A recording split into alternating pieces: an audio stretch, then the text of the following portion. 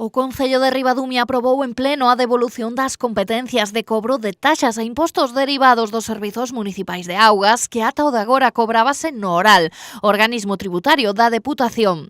Se o Concello de Ribadumia estuvera xestionando directamente os impostos, o día seguinte de haber un erro no cobro da auga estaría solucionado. E desta maneira estamos dependendo do oral, que primeiro o íbamos a solucionar no mes de novembro, despois o íbamos a solucionar no mes de decembro e agora vamos a solucionar no mes de xaneiro. Castro sinalou que agora deben xestionar os contratos existentes co oral e sinalou que as negociacións coa Deputación de Pontevedra responsable do servizo van por bo camiño.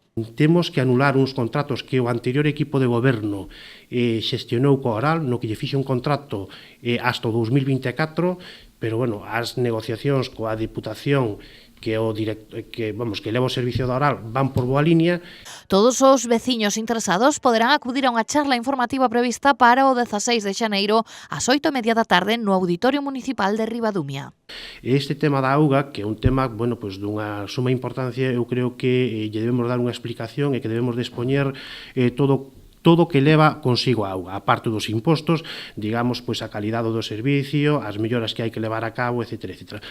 O feito de que o consistorio asuma a xestión directa destes impostos podería supoñer ás arcas municipais un aforro cercano aos 100.000 euros. Os veciños teñen que saber que o Concello de Ribadumia lle paga ao oral 100.000 euros. Entonces, claro, cando ves esos números, eso hai que analizar e hai que estructurar.